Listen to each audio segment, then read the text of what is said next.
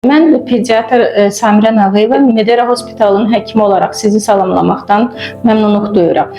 Valideynlərin bizə ən çox sualları olur. Doktor, mənim uşağımda görəsən allergiya varmı? Çox bundan təlaş keçirdirlər, narahat olurlar.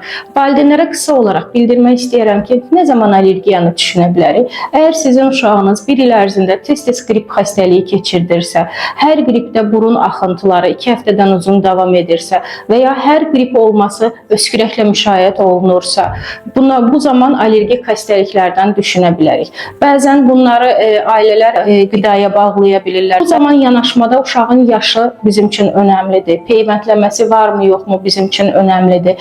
Evdə 2-3 bacı qardaşdan və ya daha çox saylı ailədə yaşaması bizim üçün önəmli olur.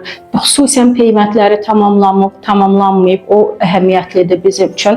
Və kiçik yaşlarında keçirilmiş hər hansı bir atopik dermatit və ya inək sütü allergiyası kimi keçirilmiş bir allergik xəstəliklərinin var olması bizim üçün önəmlidir. Amma rica edərdim ki, diaqnozların qoyulmasında mütləq həkimlərin təsdiqinə əsasən diaqnoz qoyulub hər hansı bir dərmanmı, hər hansı bir inqalyasiyon proseslərinin təyin olunmasını tövsiyə edərdim. Öz başına ailələrin hər hansı bir dərmanmı, hər hansı bir inqalyasiyanın istifadə olunmasını tövsiyə etməzdik.